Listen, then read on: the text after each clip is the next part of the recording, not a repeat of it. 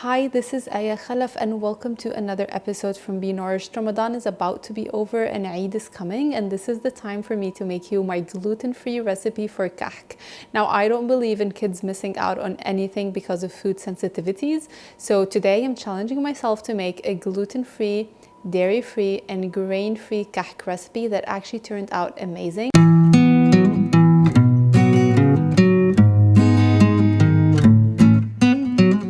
It's also great for those of you who are like on a keto or low carb diet. Now, it's still super high in fat. It has a lot of ghee, but when you eat a lot of fat not combined with a lot of carbs, you can actually still get away with it. And so if you eat it in moderation and you eat it very low in carbs, even if it has a lot of ghee, you can still not have a very dramatic effect on your weight loss journey. The recipe that I'm using uses almond flour and a little bit of tapioca starch. I did try it without the tapioca starch and it still worked out. It just comes out a little bit more crumbly. And so if you're trying to lose weight on a keto diet or a low carb diet, I would just use 1 tablespoon of tapioca starch to make sure everything is held together and skip the rest of it. Now, as a disclaimer for everyone, this is not an open invitation to eat the whole tray. Making a healthier version of the kahk, it's still kahk, it's still a dessert, it's still high in fat, it still has a lot of sugar, and so you really want to be careful. Start by making your yeast mixture: a tablespoon of yeast, a teaspoon of sugar, and 4 tablespoons of any warm non-dairy milk that you prefer. And then we'll use 2 cups of almond flour and 1/3 cup of tapioca starch.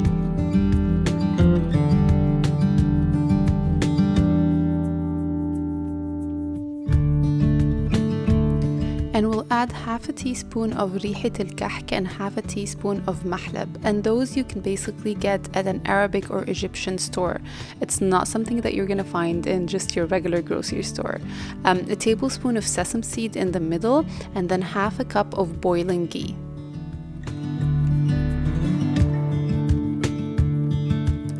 Start mixing everything really well with a spatula and then start adding your yeast mixture. I needed about 3 tablespoons of the yeast mixture. Sometimes, depending on how fine the almond flour is, you might need more or less, so just kind of like stay tuned with how your dough looks like. Start kneading once again with your spatula, and maybe you can use your hands at this point.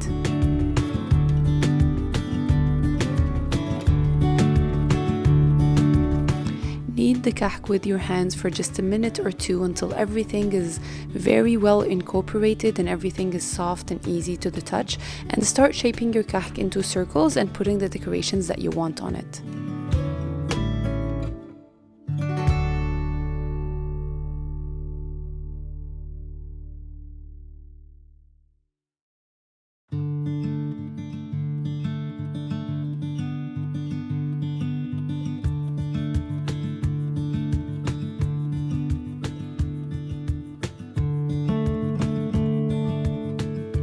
Cover your kahk and let it to proof for about 30 minutes to 1 hour, and have your oven warm at 350 degrees.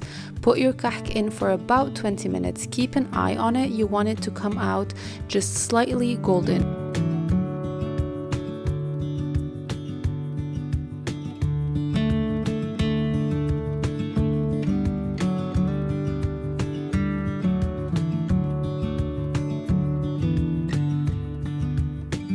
Once it cools down, put it in a plate and put your powdered sugar, your stevia, your monk fruit, or whatever sweetener you are planning to put on top.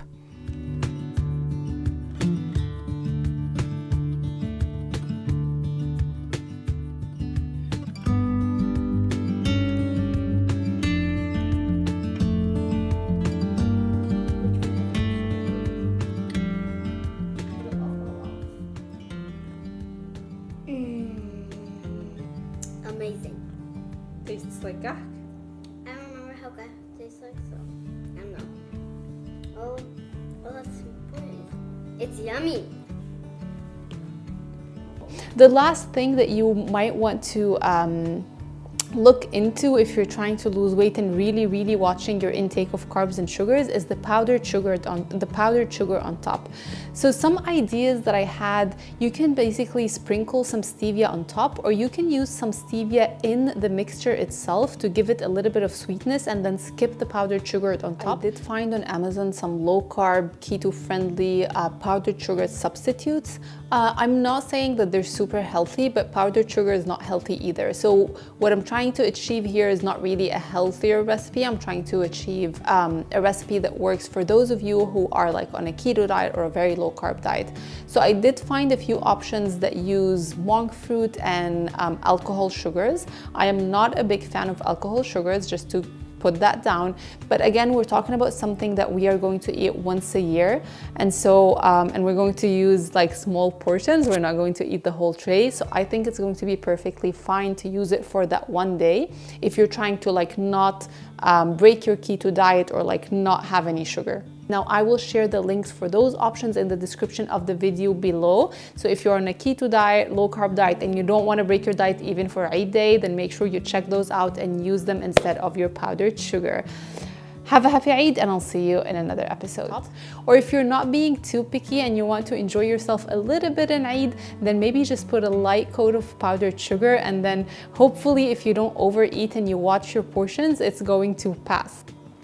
I hope that you enjoy this recipe. If you try it, please let me know how it turned out. Post me a picture and give me a feedback. Now, of course, as usual, don't forget to hit the subscribe button so that you don't miss any of the coming videos. And if you know a friend that will benefit from this video, make sure that you share it and like the video.